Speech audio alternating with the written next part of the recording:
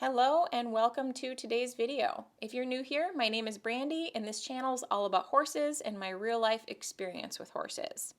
Today's video is completely unedited. This is a typical work session I have with one of my training horses, and the purpose here is going to be just to show you what I do in a basic work session.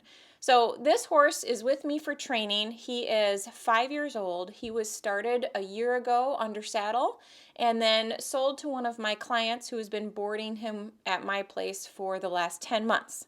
So I am putting some finishing work on this horse, and what I'm hoping to see is after I put about 20 rides on him, I want to be able to do another one of these videos and compare his progress just to see what he's learned. So I'm filming this video today with a Pivo silver pod, and if you're not familiar with what that is, it's basically just a little thing that I put my phone on. I have an iPhone 12 and it tracks the shape of a horse. So I'm not wearing any kind of a sensor or anything. This is just for so I don't have to have somebody holding a camera. And I'm really liking this little contraption so far. It's been very handy. The only thing I noticed though is with a lighter colored horse, it will have a tendency to lose me. So when I go away from the camera, it no longer recognizes the shape of the horse and it will lose track of me. So there are going to be situations throughout the video where I'm going to kind of disappear just momentarily, but I'll just keep talking and we'll just keep rolling with it and just go with that. So one of the things that this horse really needs some help with is he's got some pretty sticky feet. And what I mean by that is there's a lot of hesitation before he walks off.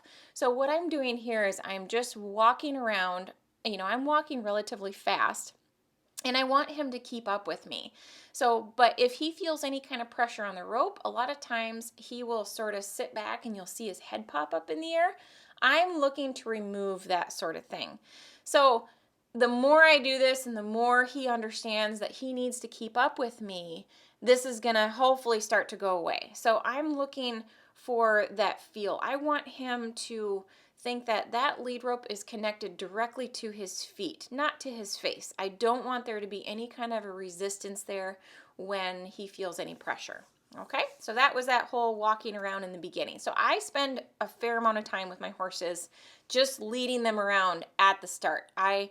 The moment that halter goes on that horse, we are working. So leading is very important to me, that there's quality to it. Now, what you see me doing is, see how his head is a little bit high? I've got my right hand on his neck and I'm just gently rubbing. He's got some tension as well. So see how he dropped his head right there? That's what I'm looking for. I just want him to sort of relax and let down.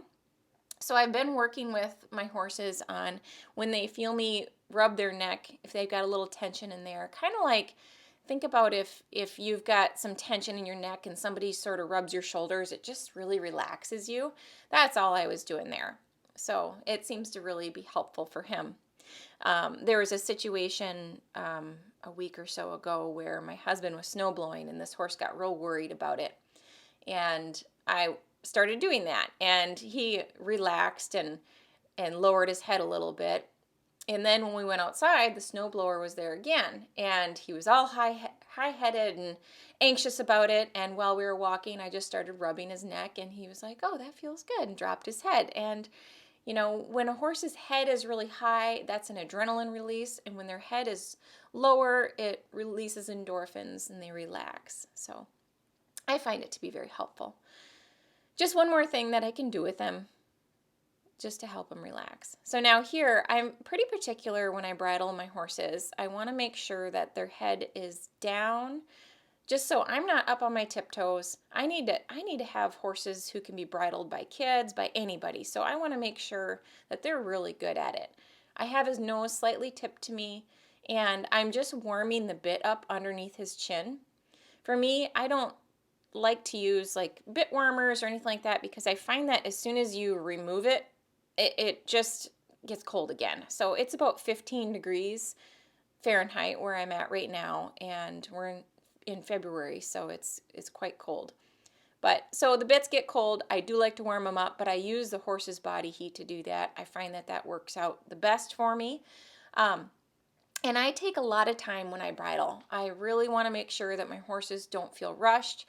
I don't ever want to bump their teeth with the bit. I take my time and I make it so it's a good experience for the horses. Now, right there, the side of the bit was actually frozen, so I had to sort of break it free a little bit. That is something that has a tendency to happen when you live in a very cold climate. Is you know, the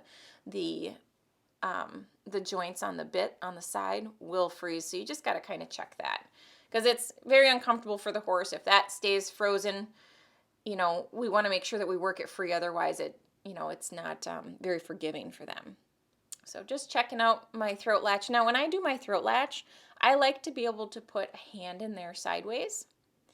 So that's, I don't like my throat latch to be too tight, because it'd be kind of like having, you know, when you're wearing a helmet or something, you want the strap to be up to your skin, but you don't want it to be tight where it feels like it's choking you.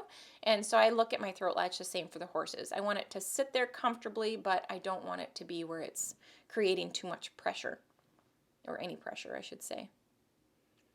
Another thing about when I was bridling, if you noticed, some people put their hands underneath, or their arm underneath the horse's head to put the bridle on. I always bring my hand over and want the horse to bring its head down and kind of turn towards me.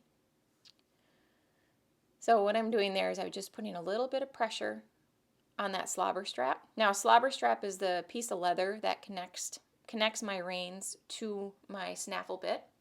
I like using slobber straps because they have a lot of good feel to them. The ones I have on this bit are they're real short, just a very basic little chunk of leather.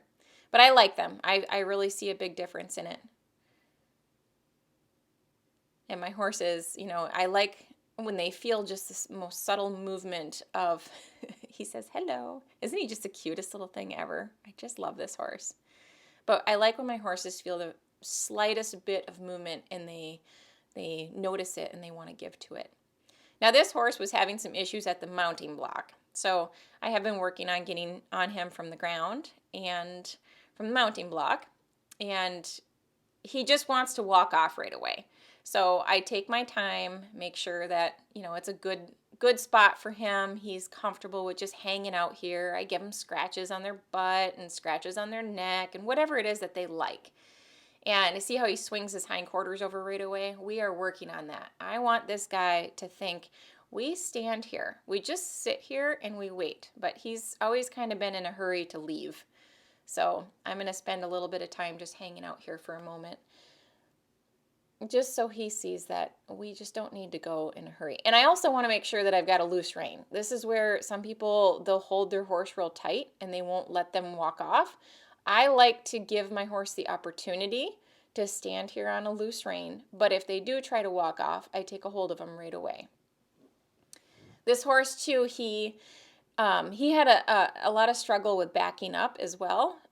Very, very sticky in his feet with the back up. He would just bring his head high, and he was like, nope, I'm not going to back up. So we have been working on that. So this little guy is, I believe he's going on 6 this year. He's just had some basic, like just the basic start to his riding career. I believe that he had a pretty good start to life. His previous owner, who had him from the time he was very young, did a lot with him. Just exposed him to life. Took him out, lots of just exploring. I think she brought him on a lot of walks by himself. And I love that, because the more horses can get out and just see things and just be with a human and not have to rely on other horses, they just get, you know, a real level head to them. So this guy, I don't even remember if I mentioned his name, but his name is Seppi. And Seppi had just a real slow start to his riding career. And I love that, because it really helps them stay good and level-headed when you take things slow. When horses are rushed, they have a tendency to get a little worried. Now, here is where I did lie to you, because I am going to edit out part of this part of this because the pivot totally lost me. So I am going to, when I notice that it loses me, I'm going to just go ahead and edit it out. So this guy, he's got a really great willing personality, and he is very smart and he's very curious. So, and he is an Arabian. Arabians are known to be a little bit more on the aware side. People kind of title them as spooky. I don't like that. They are bred to notice things. They are very aware of their surroundings. If there is anything out of place, they're going to notice it. So he just has a tendency to notice things more frequently than, say, a very quiet quarter horse is going to, okay? So, and he's young, so he's going to notice more stuff as well. So what I'm doing here is just lots of directing. We are staying as straight as we can. We are staying balanced, and I'm directing him. So when he gets worried about something up in the corner or wherever it is in the arena, I don't even think about it, okay? So I don't stress about what it is that he's worried about ever. What I do is I'm focused on our job. I'm thinking ahead of where I want him to put his feet, and that's all that he should be worried about. So I just reassure him that, yep, this is where I want you to go. Oh, don't worry about looking at this or looking at that. You just go forward. So there are times where up by those red blocks, for instance, in the corner, he gets real worried about something over there, or like that crack in the back door, or where that soccer ball is. And all horses tend to have one spot in the arena that they're not necessarily fond of, and that's okay. To them, they see it as there's something that could potentially be dangerous over there, or something that they need to be worried about for whatever reason. So what I do, though, is I don't worry about it. I just keep asking them to move forward, and I use it as an opportunity, because when they get worried about things, their body has a tendency to go out of balance. So what I mean by that is you'll be traveling around, let's say, to the left. I'm traveling left right now, and they're worried about something on their right. They're going to turn their head and look at it, and their body's probably going to come to the left. That's my opportunity to correct it. So all I do is I say, no, I'd like you to straighten your body out. So I use my leg and I push him back over. And I just focus on, hey, we're staying straight here. You're allowed to be worried about whatever you want to be, but you're not allowed to push on my leg. So we just straighten back out and keep going. So here I'm working on some little figure eights and just random turns and bends. I'm trying to just do a walk, but he just thinks, well, I should speed up, because some horses will do that. They feel leg pressure of any sort, and they think, oh, that means go faster. And I'm like, no, it just means move over. I don't make a big deal about it. We just go back down to a walk and carry on. So in there, I'm asking him just to step his hip over a little bit, because he was leaning on my leg. And he's like, oh, that's a scary end of the arena. I don't want to go there. So I'm just reassuring him, don't worry about it. And I don't talk to him. I don't reach down and pet him when he's scared. That's something that I notice a lot of people do, is they reach down and pet their horse when they're scared. And I don't want to reassure that behavior. I want to pet them when they relax and are moving forward with ease, So I wait until they're doing the right thing, and I pet them in that moment, not pet them when they're scared. I let him settle first. So it's perfect to have little obstacles to go around too when you're in an area that they're maybe a little bit worried about. So I'm taking advantage of this cone being here and saying, all right, let's go ahead and bend around it. Let's focus on having nice circles. And we're working off of the bend from my leg pressure, not necessarily the rein. Leg comes first, rein is secondary.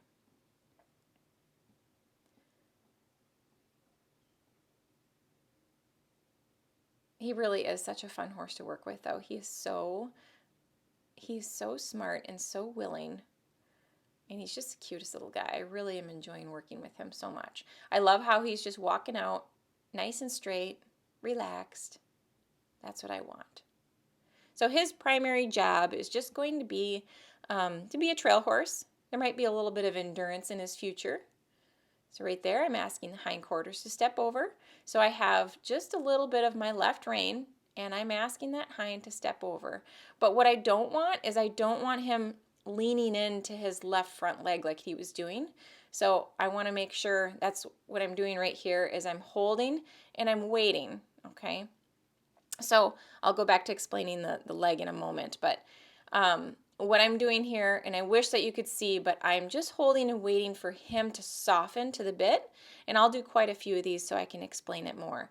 So when I'm working on a one-rein stop right now, but I am preparing him by using my right leg, and I bring it back a little bit because I'm focusing on the hindquarters.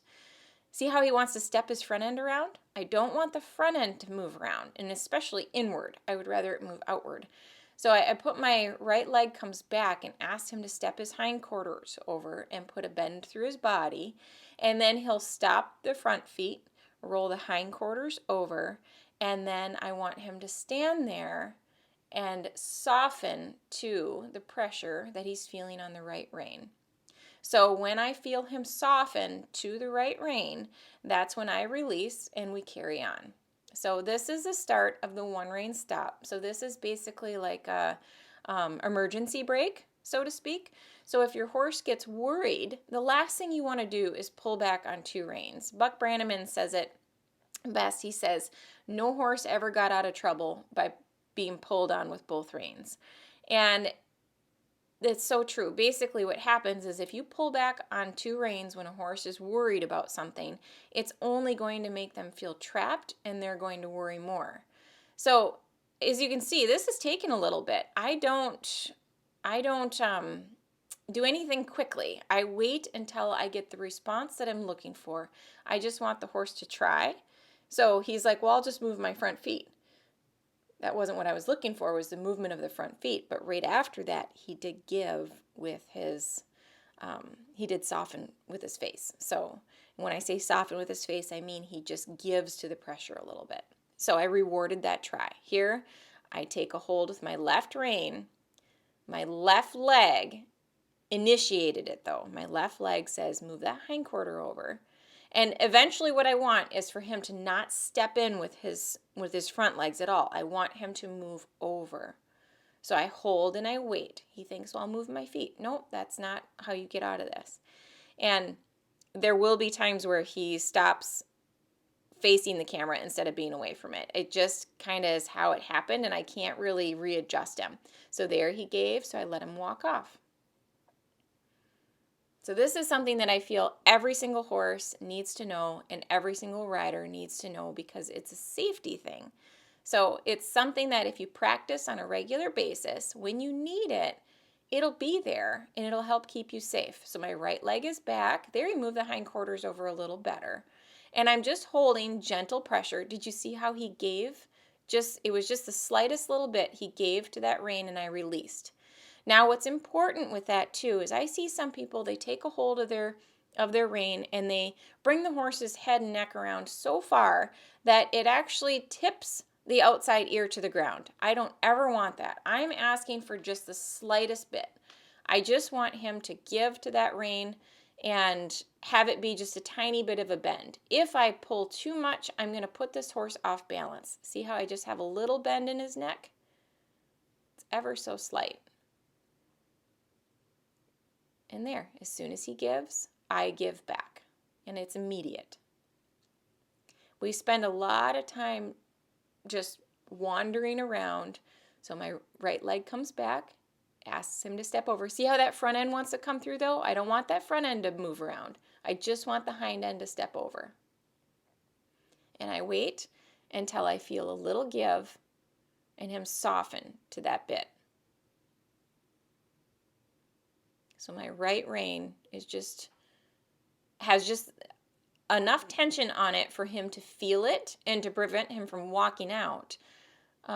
It's not much pressure at all. It's just enough that it makes him want to try to find an answer here. He's like, okay, what do I do? And he's interested in what's going on outside. He can probably hear my mini horses are right outside that wall, and he can hear them moving around. So he's there. Even though there he sort of looked at something that was behind him, I don't care if it was a coincidence. He still gave, he still gets the release and pressure. It's consistent. Every time that I ask him to give, and he does, I always make sure to give him that release. Now here, I'm going to do something a little different. I am going to roll the hindquarters over. So my left leg brings the hind over. And the next thing that I'm going to do, watch once he stops his feet, I'm going to take my left leg off, and then my right leg is going to go on, and I'm going to ask him to step the front end over. I call these whirly bobs. There's no rhyme or reason behind that. It's just from me teaching kids for so many years, coming up with funky names for things. So when I do a whirly bob, it's just me rolling the hind, and then I bring the front end through. It's just teaching them to separate the hind end from the front end and moving off of my leg pressure. So as I do this here, I'm going to explain. So my right leg comes back and it moves the hindquarters over. Good. Now I rock my weight back, and then my left leg comes on and it moves the front end over. Good. And he thinks, oh, I'll just walk through that. He's learning. So I want his right hind to stay put, and then the front end to sort of walk around that. And he did a great job. So the more I can work on with body control and having him understand what part of his body to move when, the better he's going to be at any job that he's going to do. I'm not working with this horse for a specific job. I am just working on basic body control, trying to stay balanced, keeping him, so he wants to go forward and enjoys his job. As you can see back in the corner there, I gave him a little pet because he was so brave and went through the corner without any issues at all. So I always pet my horse after they do the right thing, not while they're doing something that's undesirable. A lot of people think, well, I'll just pet my horse and then that will make him realize that it's okay, and it's just not really how it works. So his backup is getting a lot softer. He really had some struggles with his backup. So I always want to make sure that my horse understands from my body language when to back up. So for instance, when I want to go forward, the energy comes up in my body and they feel that and they want to go forward because they want to match what my body is saying. So when I want to slow down, my energy comes down. When I want to go forward, my legs close on my horse. Both my legs will close on my horse to say go forward. When I want to stop, my energy stops, and so therefore the horse's energy is to stop. When I want to back my horse up, my weight gets rocked back slightly and my legs open. Now, the pivot loses me a lot while I'm riding.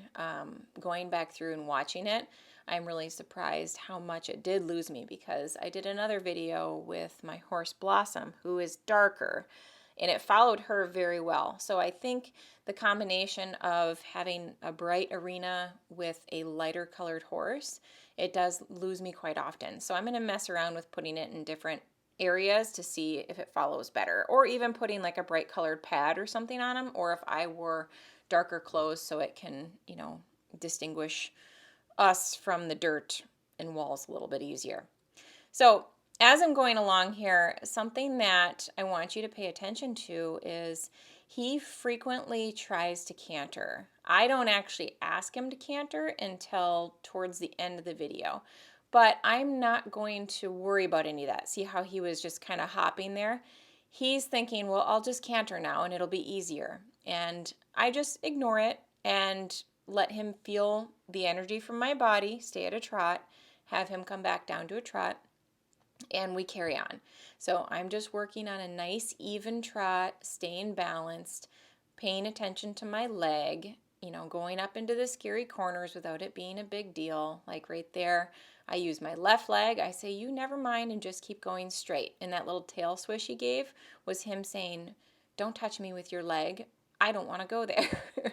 So, we're just working through all those little things. With him, staying consistent is going to be the key. With all horses, being consistent is the key. So when this horse canters, and I have some video footage of me doing groundwork with him and just turning him loose in the arena, and you can see him canter. he very much canters like Pepe Le Pew. If you're familiar with Looney Tunes and have seen Pepe Le Pew, that's how this horse canters. There's a lot of cross-firing going on, very, high-headed and twisty through his body. See right there, he went through that corner so nice, so he got a little reward. And this horse loves attention, so being able to give him a little scratch on the neck or on the hip, he loves it. So with him, when I'm working on his canter, I make sure that I'm doing a lot of transitions so I can slowly bring him up into it. The longer he canters, the more awkward it gets. So I don't want to just go and canter a whole bunch with him. What I want to do is I want to work on the transitions. I want to work on getting him very balanced. See how he just goes into it there on me? I didn't ask him for it, but I didn't make a big deal out of it. I want to work on his balance at a walk and a trot and getting him to move off of my leg and respond to me before I work on too much cantering. Because the faster you get, the sloppier stuff gets. So working on all these things at slower gaits is really, really important. So I like the consistency that he's giving me. And I was just looking in my journal because I keep a journal of all of my rides, and it's really handy to be able to refer back to. So if you don't do that, I recommend it. And basically what I just do is I write the date, his name, and what day it is in his training. So this was day 5 in his training, and this was only my second time riding him. So I spent the first 3 days of our training session just doing groundwork. And then now, like I said, this is the second time I've ridden him. So now we're just going to walk for a little while. We're going to relax and we're going to walk and just kind of let him catch his breath a little bit. It is middle of winter. It's cold. I don't want to over sweat horses because then they take a long time to dry. So I don't ever work them to the point of being soaked if I can prevent it in the colder weather. So if he does get wet, what I do is I leave them in a stall until they're dry. I'll put a cooler on them, leave them in a stall with hay, and let them dry out completely before I throw them back out in the pasture. So, and now what I'm going to do is I'm just working on getting that hind quarter to move out.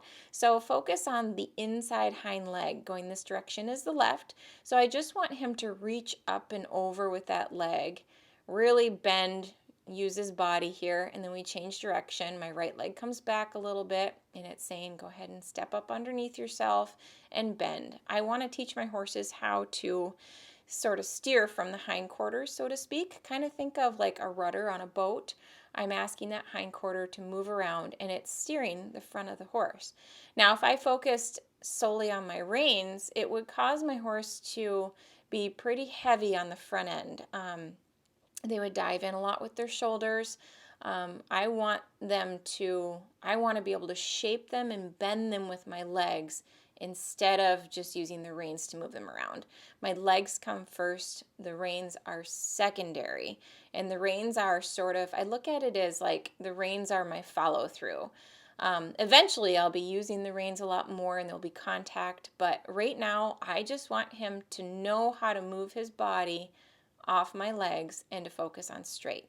Now here what I'm doing is I'm working on just some little short serpentines. So I am using my reins. I'm pretty forward and I'm asking him to step that front end through. So I'm basically acting as if the reins are connected directly to the front feet.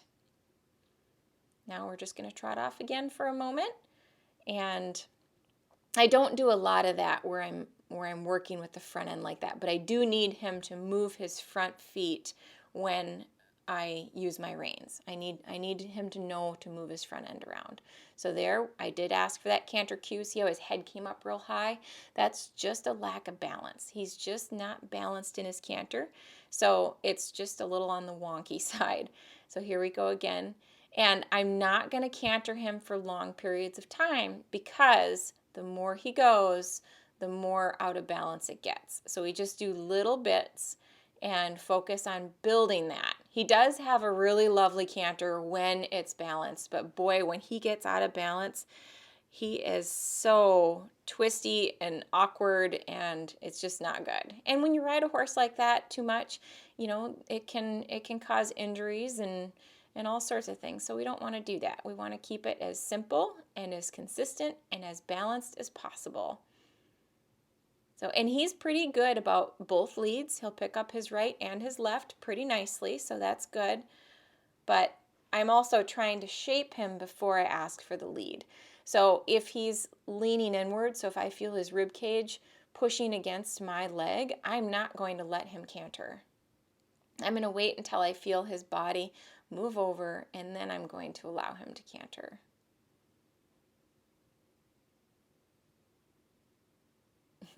So, and it's too bad because you can't see all of the transitions, but the energy from my body just comes down, and he feels that and slows down, and then we'll trot a few steps, and then we ask for it again. And here, now we're back down to a walk, obviously.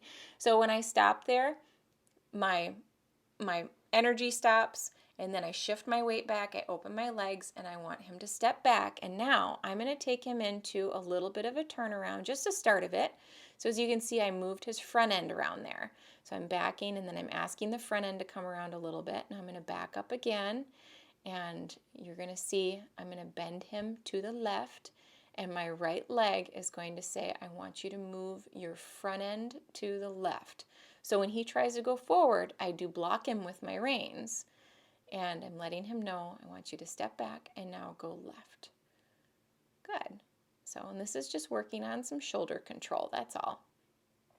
So my weight comes back. See how he wants to put his head up real high? He's learning that it's all in his feet. So the reason his head comes up high is because there's a lack of balance, and he doesn't understand that those reins are connected to his feet. Not literally, but that's what I want him to feel, is that, oh, I feel something with these reins. What does it mean to my feet? All right, so now I'm working on just a little side pass to our right. And this is what I call the box exercise. So I'll ask him to step over one way, and then we go forward. We stop and wait, and then I'll ask him to go to the left.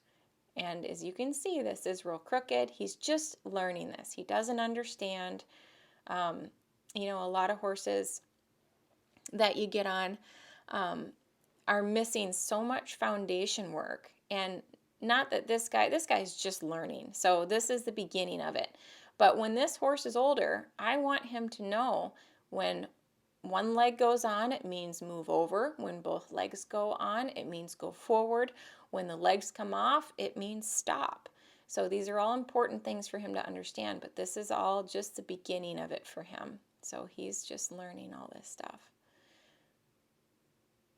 And sometimes horses will get really frustrated when they don't understand. And something I like to do too with all young horses is see how I was moving my feet around there.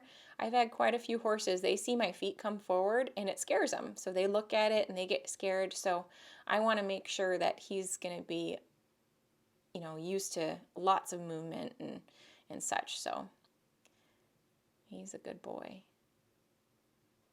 Now I want to right away, I loosen up that girth for him. He deserves that. I want to make him as comfortable as possible right away.